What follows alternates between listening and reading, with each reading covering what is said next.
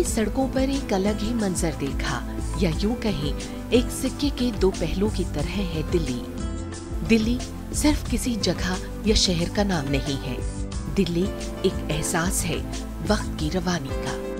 दिल्ली में India gate, Lal Qila, Jantar Mantar, Akshardham, Raisina का दिल राष्ट्रपति भवन, कुतुब मीनार से लेकर पुराना किला इसके गौरवशाली इतिहास और वर्तमान की कहानी बयान करती है।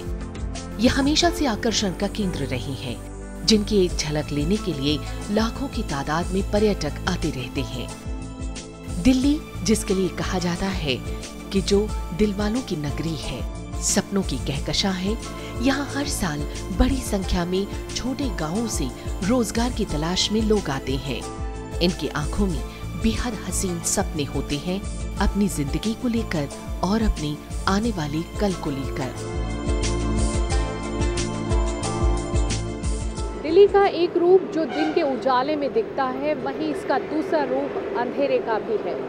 अंधेरा जहां सैकड़ों जिंदगियां जीती हैं फुटपाथ और रैन बसेरों में। दो वक्त की रोटी के लिए ये सर्द से सर्द रातों में भी इन फुटपाथों पर जमे रहते हैं, और कुछ बेहद खुशनसीब होते हैं जिन्हें रैन बसेरों में सहारा मिल जाता है। आज की इस खास पेशकश में मैं हूँ आपके साथ समीना। चलिए हमारे साथ एक बिल्कुल अलग दुनिया में, जहाँ सपनों की एक लंबी फहरिस्त है, लेकिन जिंदगी बेआस बेसहारा है। महानगर दिल्ली, सियासत का गढ़ दिल्ली, जहां से पूरे देश का हाल और उसमें होने वाली बड़ी बड़ी घोषणाओं और वादों की एक कभी ना खत्म होने वाला लंबा सिलसिला है। दिल्ली की एक तस्वीर जो बेहद दिलकश है। बड़ी बड़ी इमारतें, चौड़ी सड़कें और रोशनी में नहाया शहर। लेकिन आइए आज दिखाते हैं एक दूसरी ही दिल्ली की झलक, जो खूबसूरत नहीं, दर्द और आस की एक लंबी कहानी है।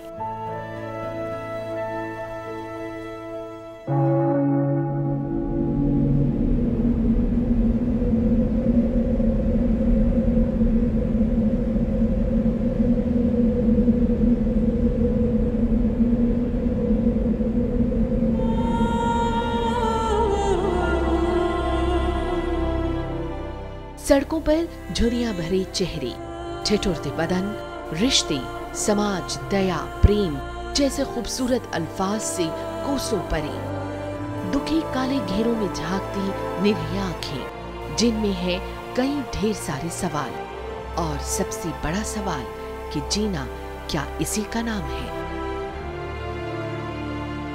रैन बसेरों की तलाश में फुटपाथ पर अपनी रात गुजारते हुए लोगों को जब मैंने देखा तो कुछ पंक्तियां बरबस ही याद आ गईं, जो शायद इनकी कहानी बयां कर जाती हैं। 100 में 70 आदमी फिलहाल जब नाशाद है, दिल पर हाथ रख कर कहिए देश क्या आज़ाद है। कोठियों से मुल्क के मयार को मत आकिए, असली हिंदुस्तान तो फुटपाथ पर आबाद है।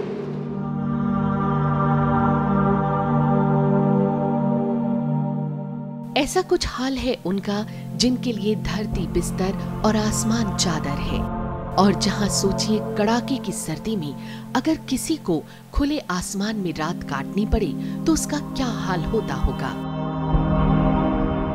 हमारी खास पेशकश उन पर जिन्हें रहने को घर नहीं, सोने को बिस्तर नहीं, जिनके लिए सुविधाएं और आसाइशें ख्वाब की मानिंद हैं। ये हैं वो लोग जो दिन भर मजदूरी करते हैं और सोने को फुटपाथ, या बहुत अच्छी किस्मत हुई तो रैन बसेरे इनका नसीब होते हैं, और वहाँ भी सुविधाएं और पहले आओ तो बेहतर जगह पाओ वाला हिसाब किताब है।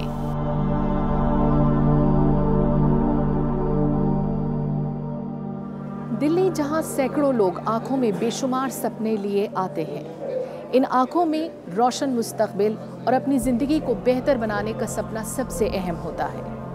ये यहाँ बेपनाह मेहनत करते हैं और अपने परिवार को एक बेहतर जिंदगी देने की गरज से अपनी जिंदगी कांटों पर गुजारते हैं। एक बड़ी प्रॉब्लम है हम लोगों के लिए इस उम्र में आकर के, जनरेशन गैप है। बच्चे कुछ चाहते हैं, हम कुछ चाहते हैं, हम भी वही चाहते हैं जो बच्चे चाहते हैं, बच्चे जो चाहते हैं वही हम चाहते हैं। ब्राह्मण परिवार से संबंधित हूँ, तो हम लोगों में तो ये कहा करते हैं कि चौथा चरण जो है वो संन्यास का है। तो विधिवत मैंने संन्यास तो नहीं लिया है, कपड़े तो नहीं रंगे हैं, हाँ मन जरूर रंग लिया है। तो आपके बच्चे परेशान नहीं होते? आप यहाँ बच्चे जिन बच्चों के बच्चे हो चुके वो बच्चे क्या परेशान होंगे।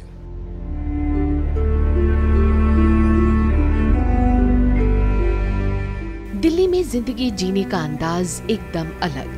अपने वजूद से हर पल लड़ने और उसे बचाए रखने की जद्दोजहद का जीती जागती मिसाल है दिल्ली वासी। ऐसे ही दिल्ली वासियों की एक अच्छी खासी आबादी अपना गुजारा करती है फुटपाथ पर सामान बेचकर, और सर छुपाने के लिए उसका सहारा है स्थायी रैन बसेरे और अस्थायी रैन बसेरे। और दिल्ली की शान बड़े बड़े पुलों के नीचे बने फुटपाथ है इनकी पनाहगाह। ठंड बढ़ने के साथ ही दिल्ली की सड़कों पर रात गुजारते बेघर लोगों की हालत बिगड़ने लगती है। किसी को रैन बसेरों में जगह नहीं मिलती या कोई वहां जाना ही नहीं चाहता। शाम होते ही एक अच्छी खासी तादाद में ये रात गुजारने के लिए इन जगहों पर देखे जा सकते हैं। राज्यसभा टीवी की टीम कई रातों सड़कों पर घूमी, दिल्ली के कई इलाकों का दौरा भी किया, हाल रैन बसेरों का देखा।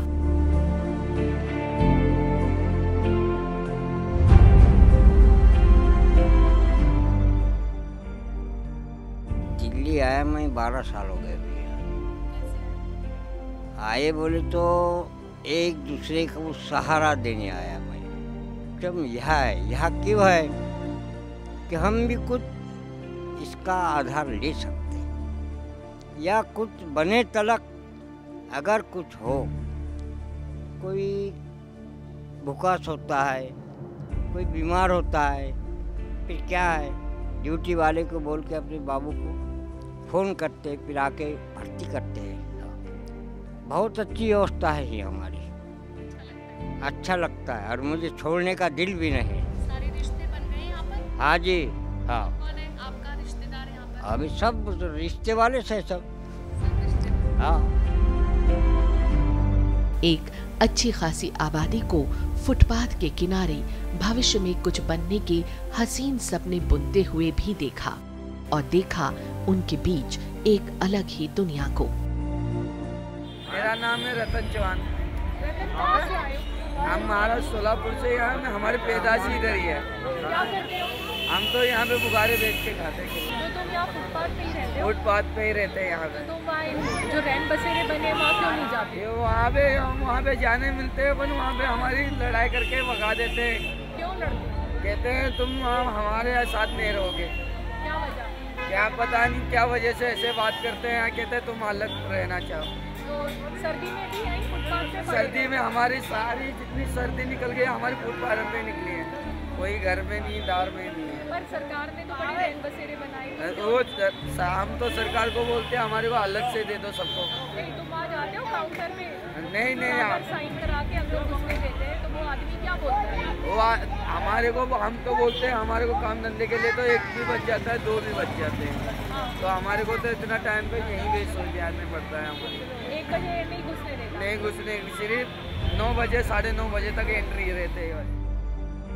इन रैन बसेरों और फुटपाथों पर देखा कि कोई कंबल में खुद को समेटने की कोशिश कर रहा है, तो कोई इन फुटपाथों पर एक अच्छा खासा सफर तय करने के बाद खामोशी को चादर बनाकर कुछ यूं सुकून की नींद में है, मानो इस चादर के ढकते ही सारी तकलीफों, सारे दुखों से नाता टूट गया हो।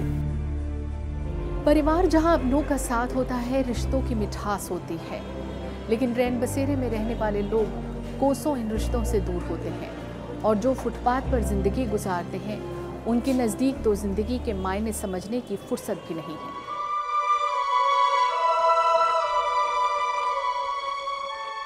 दिल्ली के फुटपाथ पर अपनी जिंदगी गुजार रहे ये लोग ज्यादातर उत्तर प्रदेश, बिहार, बंगाल, ओडिशा, झारखंड जैसी जगहों से आते हैं। ये लोग रोजगार की तलाश में आते हैं और इन फुटपाथों पर ही इनकी दोस्तियां और रिश्ते पनपते हैं।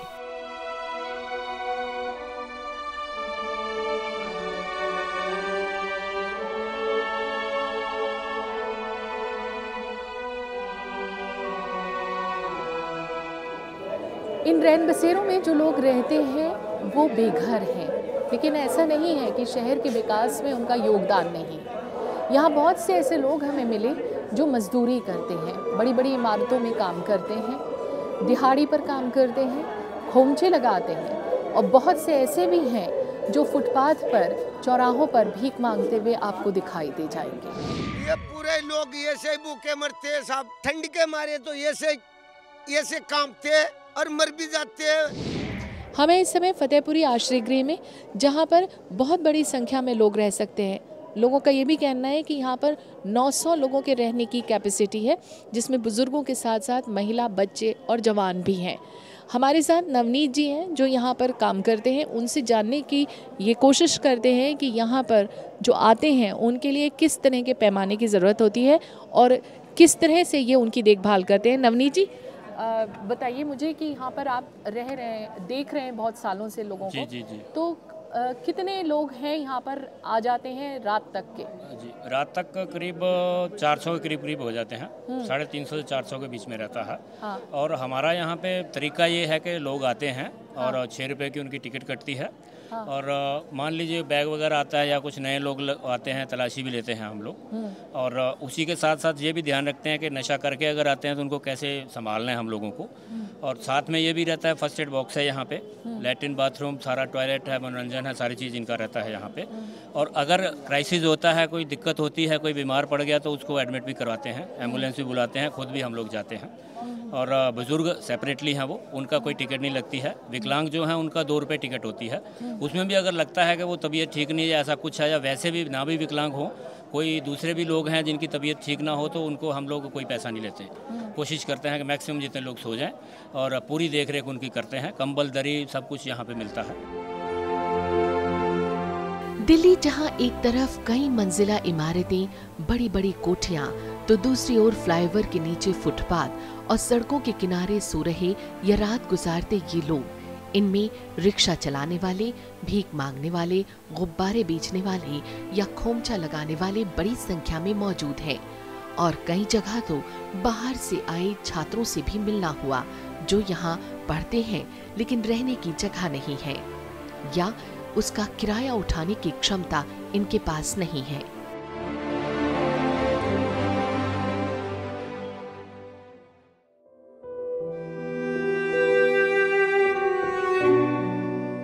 दिल्ली में शायद ही ऐसी कोई जगह होगी जहां इन्हें सोते हुए ना देखा जाए, जहां रात को खुले आसमान के नीचे ये अपनी जिंदगी को कोसते हुए सो रहे होंगे।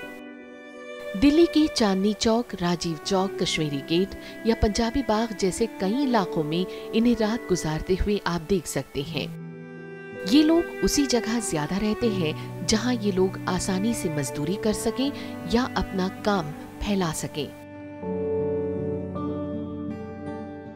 शासन प्रशासन ने इस दिशा में काफ़ी प्रयास किए हैं, जिसमें से एक बेहतर प्रयास रहा है महिलाओं और बच्चों के लिए रैन बसेरों का इंतजाम। इन रैन बसेरों में काफ़ी सालों से औरतें यहाँ आकर रह रही हैं, लेकिन इनकी अपनी कुछ परेशानियाँ हैं, अपनी कुछ तकलीफ़ें हैं, अपनी कुछ समस्याएं हैं जो इन्होंने हमारे साथ साझा किया। जयबुन खातून, बिहार सहरिया जिला। यहाँ आते दीदी 20 साल से हम रह रहे हैं। हम 20 साल से रहते हैं, बच्चे लेकर कबारी बारी बिनते हैं और बच्चे को पढ़ाते लिखाते हैं। और पुलिस वाला परेशान करता, जीने नहीं देता। कभी आता सामान फेंक देता, कभी पन्नी फाड़ देता, कभी बोलता है यहाँ से तुम लोग नहीं भागोगी तो आग लगा देंगे। सामान में आग लगा देती है, फिर भगा देता। हम लोग हट जाते हैं, फिर आ जाते। हम लोग के पास पैसे नहीं हैं। मकान का किराया 3000, 2500 कहाँ से देंगे गरीब आदमी। कबारी बारी बिनते हैं, बच्चे को परवस्ती करते हैं। यूं तो रैन बसेरों की पर्याप्त संख्या है, लेकिन इनमें अस्थायी रैन बसेरों की संख्या अच्छी खासी है। कई बार ये खुले भी और बंद भी हो गए, और तो और बेघरों की संख्या के लिहाज से इनकी संख्या कम है। वहीं एक रिपोर्ट में ये भी सामने आया कि रेजिडेंट वेलफेयर एसोसिएशन के साथ साथ उन इलाकों में मौजूद स्कूलों और उससे जुड़े लोग भी इस हक में नहीं दिखे कि ये रैन बसेरे उनके इलाके में बनाए जाएं। उनका मानना है कि इसमें रहने वाले आपराधिक प्रवृत्ति के होते हैं, लिहाजा रिहायशी जगहों से इन्हें दूर बनाया जाना चाहिए। वहीं जो रैन बसेरों में रहते हैं उनका काम वही होता है जहां आबादी होगी, क्योंकि छोटा मोटा धंधा वो वहीं कर सकते हैं और वहीं से 2 पैसे कमा सकते हैं।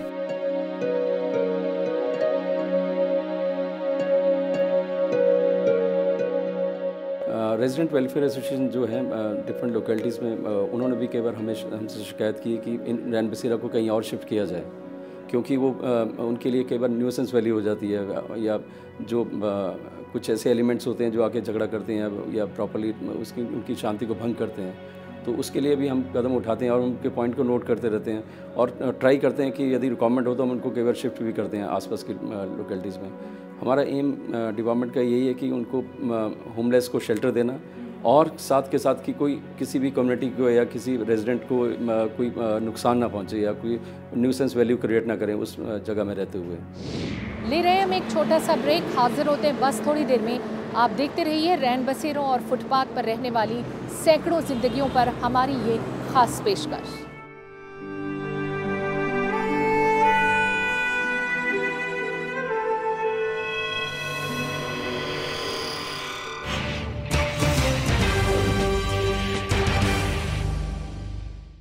और ब्रेक के बाद हम एक बार फिर हाजिर हैं। आप देख रहे हैं राज्यसभा टीवी की इस खास पेशकश में रैन बसेरों और फुटपाथ पर रहने वाले लोगों की जिंदगी का हाल।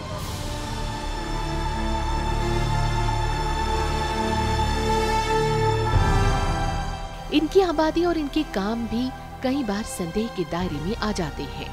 पुलिस का अपना मत है, उनका कहना है कि कई बार यहाँ रहने वालों को गैर कानूनी गतिविधियों में भी लिप्त पाया गया और इसमें कई बार कोई कसूरवार होता है तो कई बार बेकसूर भी इसकी भेंट चढ़ जाता है।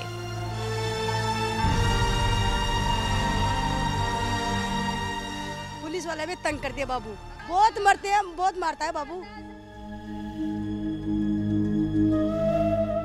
हिंदुस्तान के साथ साथ दिल्ली में फुटपाथ पर रह रहे लोग एक बड़ी समस्या हैं। इन लोगों की सबसे बड़ी समस्या बेरोजगारी, अशिक्षा और गरीबी है, जिसके कारण ये लोग आज बदहाली का शिकार हैं। शहर की चमक दमक इन्हें इनकी मिट्टी से दूर ले आई।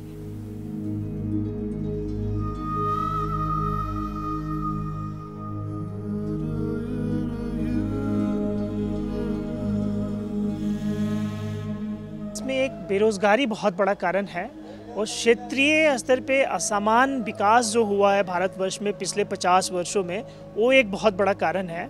उसी कारण के परिणाम के तौर पे हम दिल्ली शहर में ये देखते हैं कि एक खास रीजन से, एक खास क्षेत्र से बहुत सारे लोग पलायन करके रोज़गार की तलाश में, बल्कि रोटी की आश में शहर में आए होते हैं। हालांकि अभी भी जितनी तादाद है उस तादाद के अनुसार सरकार का प्रयास सार्थक नहीं रहा है। सरकार की कैपेसिटी की बात अगर करें तो सरकार अभी तकरीबन 13 से 15 हज़ार लोगों की रहने की व्यवस्था की है शहर के अलग अलग स्थानों पे, लेकिन इनकी तादाद उससे बहुत ज़्यादा है। हमें लगता है सरकार और गैर सरकारी संस्थाओं और नागरिक समाज को इस पूरे इशू को बहुत सशक्त और बहुत गंभीर तरीके से हैंडल करने की ज़रूरत है। संविधान ने सम्मान के साथ सबको जीने का अधिकार दिया है। आज़ादी के इतने साल बाद भी बहुत से ऐसे लोग हैं जो फुटपाथ पर रहते हैं या रैन बसेरों में रहते हैं। इनके पास जब हम पहुँचे तो इनके बातों से हमने जाना कि इनकी आँखों में भी सपने पलते हैं और इनकी ज़िंदगी में भी खुशियाँ और अपनों की चाह आज भी मौजूद है।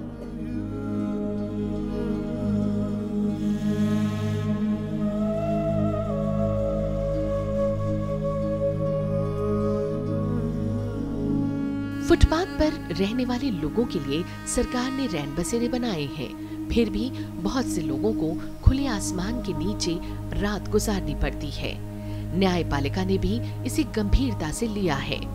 नियमों के मुताबिक हर 1 लाख की आबादी पर एक रैन बसेरा होना चाहिए, लेकिन जमीनी स्तर पर देखें तो कहीं भी आबादी के हिसाब से रैन बसेरे नहीं है। ऐसे में अधिकतर बेघर फ्लाईओवर, दुकानों और दफ्तरों के छज्जों के नीचे रात बिताने को मजबूर हैं। आजादी के इतने सालों बाद भी अगर कोई खुले आसमान के नीचे रात गुजारता है तो ये चिंता की बात है। सुप्रीम कोर्ट ने भी इस बाबत चिंता जताई। कोर्ट ने ठंड में सड़कों पर सोने के लिए मजबूर लोगों के लिए सरकारों की गंभीरता पर सवाल भी उठाया। एक सर्वे के मुताबिक आंकड़े बताते हैं कि दिल्ली में 1 लाख लोग ऐसे हैं जिनके सिर पर छत नहीं है। कुछ गवर्नमेंट की हमारी प्रॉब्लम आती है कि हमारा जो डिपार्टमेंट है उसके बाद लैंड ओनिंग एजेंसीज से भी कांटेक्ट करना पड़ता है। जिस जगह में हमें होमलेस की रिक्वायरमेंट है वहाँ पर लैंड हो सकता है कि डीडीओ की हो या हो सकता है एमसीडी की हो सकता है एनडीएमसी की हो, तो उन एजेंसी से कांटेक्ट करना पड़ता है जो कि इतनी इजीली हमें ट्रांसफ़र नहीं हो पाती। लैंड इश्यूज़ काफ़ी कॉम्प्लिकेटेड है दिल्ली में, आपको इस बारे में काफ़ी पता होगा।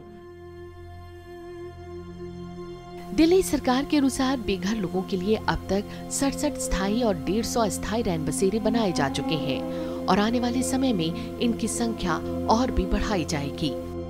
इन रैन बसेरों में तकरीबन 14,500 लोगों के रहने की क्षमता है। कई जगह फायर प्रूफ पोटा केबिन भी बनाए गए हैं।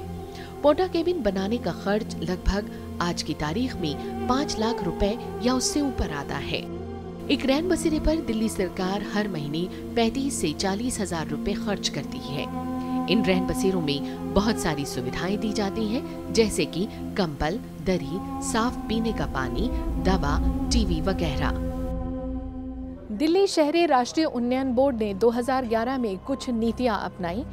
इसके आधार पर रैन बसेरों का इंतजाम किया गया ताकि इन बेघरों को रहने का मौका मिल सके और इसी के साथ यहाँ पर जरूरी सुविधाएं उपलब्ध भी कराई गई।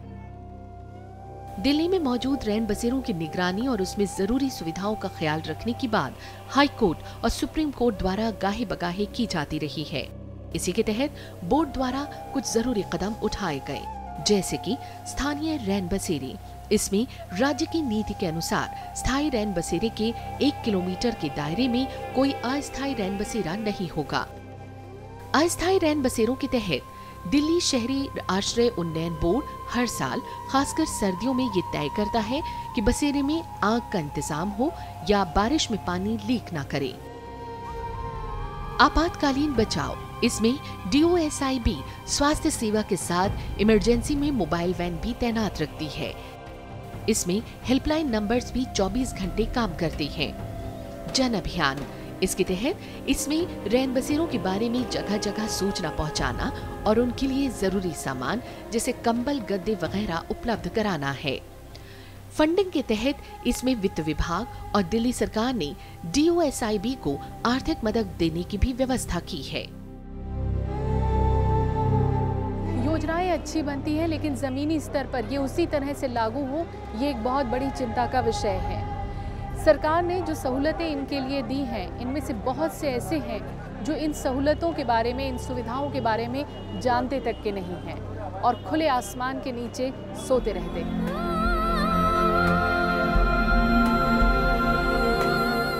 राज्यसभा टीवी की टीम के इस दौरे में जहां बेपनाह अंधेरा दिखा, वहीं रोशनी की किरण भी दिखी। इन बेघरों को इनकी पहचान मिलने की दिशा में कुछ बेहतर काम हुआ है। इनके लिए काम कर रहे NGOs ने इनमें से कई लोगों के लिए वोटर कार्ड और आधार कार्ड बनाने का काम पूरा किया है, जिसकी वजह से इनके चेहरों पर एक नई चमक को बखूबी देखा जा सकता है। जब फर्स्ट टाइम ये आते हैं तो इनका बैकग्राउंड हम लेते हैं कि कहाँ से हैं, किस तरह से आए हैं, कैसे आए हैं लोग, उनका बैकग्राउंड लेते हैं, कुछ परमानेंट डिटेल्स लेते हैं, उनके घर का एड्रेस अगर मिल जाता है, कुछ फ़ोन नंबर, कॉन्टैक्ट डिटेल मिल जाते हैं तो वो सारा हम लेते हैं। कुछ लोग हैं जो डिस्टिट्यूट हैं, जो बिल्कुल नहीं जा पाते हैं तो फिर कंटिन्यू कर जाते हैं। कुछ लोग ऐसे हैं जो कुछ आसपास में कुछ डेली वेजेज लेबरर हैं, कुछ काम करके अपना लाइवलीहुड चलाते हैं, तो वो लोग कुछ लोग कंटिन्यू भी कर रहे हैं। हम कैसे देश में रह रहे थे जिस देश में एक बेघर व्यक्ति का उसके साथ एक मुकम्मल पहचान नहीं था। अब एक बहुत ज़ोर शोर से कार्य हुआ है, उनको एक पहचान के साथ जोड़ा गया है और भारतवर्ष में वो पहचान का मुद्दा नागरिकता के साथ जुड़ा हुआ है। जब एक बार व्यक्ति नागरिक बन जाता है इस देश का, तो बहुत सारी सरकार के छोटे छोटे स्कीम में अपने लिए स्थान भी सुनिश्चित करता चला जाता है। तो ये सारी प्रक्रियाएं हुई हैं पिछले कुछ वर्षों।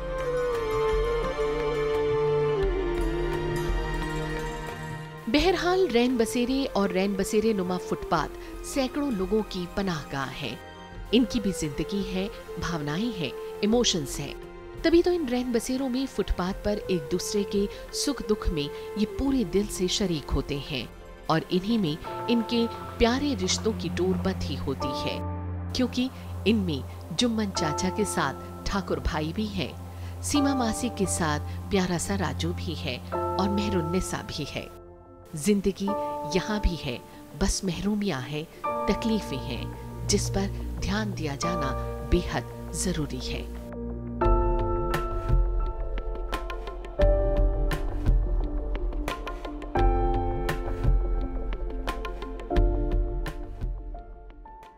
रिश्तों की खत्म हो चुकी मिठास और महरूमियों के बीच सांस लेती सैकड़ों जिंदगियां, ऐसी जिंदगियां जो अंधेरे से उजाले की तरफ आने की बाट जोह रही हैं। इस एक उम्मीद के साथ कि इनकी जिंदगी में जल्द से जल्द एक नई सुबह आए। मैं समीना राज्यसभा टीवी की टीम के साथ आपसे ले रही हूँ इजाजत। फिर मिलेंगे। नमस्कार, आदाब।